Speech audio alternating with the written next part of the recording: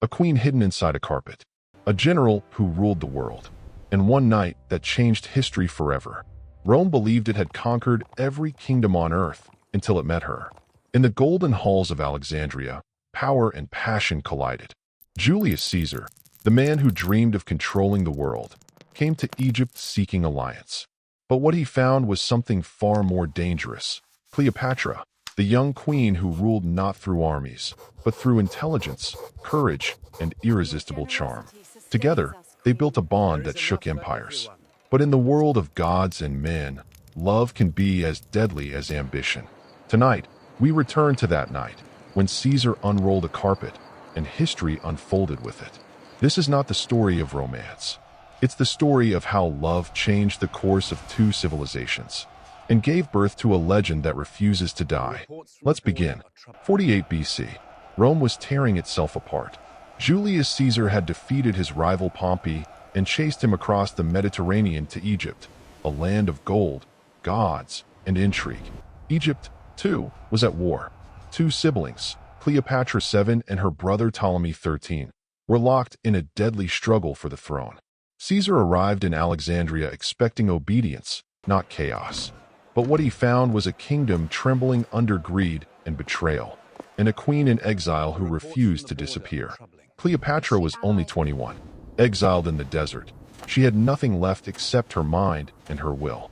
When word came that Caesar, Rome's most powerful general, had taken residence in the royal palace, she made a decision that would echo through history. That night, she smuggled herself into the palace, rolled inside a carpet meant as a gift for Caesar. When the guards unwrapped it before him, she emerged, graceful, fearless, and smiling. Caesar froze. "You risk your life to meet me?" She replied softly. "For a queen, every risk is life itself." That was the moment two empires collided. And for the first time, Julius Caesar met someone he couldn't command. The next days changed everything. Caesar and Cleopatra began to plan, not as lovers, but as strategists. He needed Egypt's grain and wealth to feed Rome. She needed his legions to reclaim her throne. Their alliance soon turned into something deeper: respect, fascination, and a connection neither could fully explain. But outside the palace, her brother's army gathered. Tens of thousands surrounded Alexandria, determined to kill them both. The city became a battlefield. Flames swallowed the harbor. The great library of Alexandria, the pride of the ancient world, burned for days. Scrolls that had survived centuries vanished in hours. Yet amidst the chaos, Caesar held the palace, refusing to flee. Cleopatra, calm and calculating, organized supplies, commanded troops, and earned the loyalty of her people. After months of siege, Ptolemy's army was crushed. The young king drowned in the Nile as he tried to escape. When the smoke cleared, Cleopatra stood victorious. And by her side, Caesar, the conqueror of Rome, now protector of Egypt. At night, they walked along the river under the silver light of the moon. He saw in her the strength of a civilization older than Rome itself. She saw in him the force that could make her immortal. Power had found its reflection, and love its disguise. Months later, the palace erupted in celebration. Cleopatra gave birth to a son, Caesarion, Little Caesar. The priests proclaimed him a godchild, son of Isis and the living god from Rome. But in the marble corridors of the Roman Senate, that same news brought only fear. "They say he has a son with the Egyptian queen," senators whispered. "Will he make himself a king next?" Caesar ignored them. He dreamed of something greater, an empire united between East and West, Rome's might guided by Egypt's wisdom. But the world was not ready, and the Senate, terrified of losing its power, began to plot. In early spring of 44 BC, Caesar returned to Rome. The crowds cheered. The Senate smiled.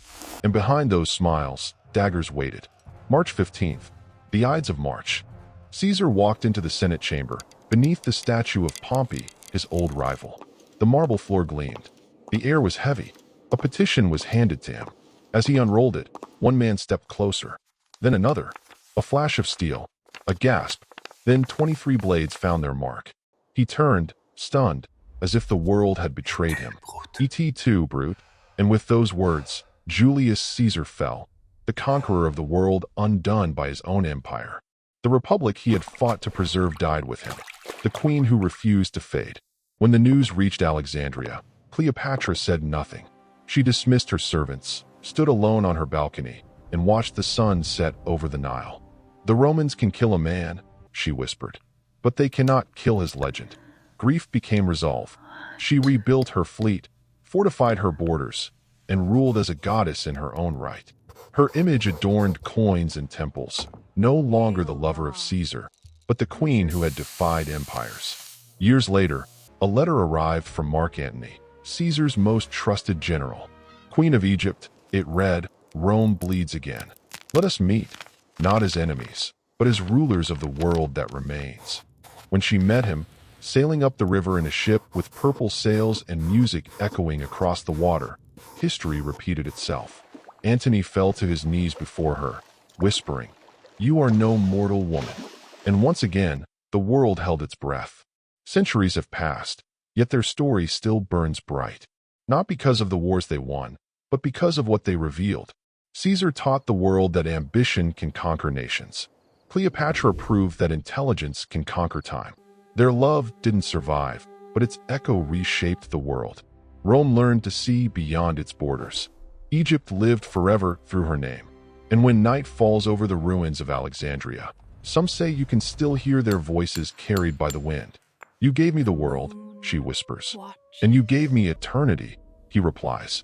Because in the end, what they built was not an empire. It was a story. History often remembers rulers for what they conquered. But the story of Julius Caesar and Cleopatra reminds us that power without meaning is hollow.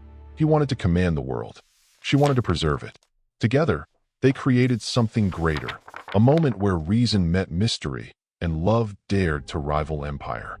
Their story is not about seduction. It's about balance between intellect and passion, strength and vulnerability, east and west. And perhaps that's why we still remember them.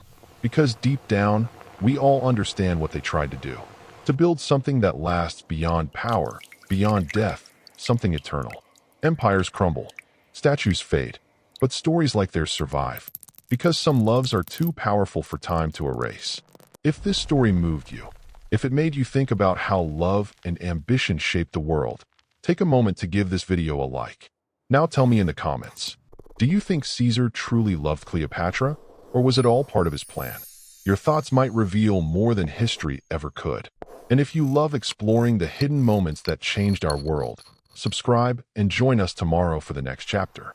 Alexander and Persia, the empire that conquered its conqueror. Because every empire has its secrets, and every legend begins with a story worth remembering.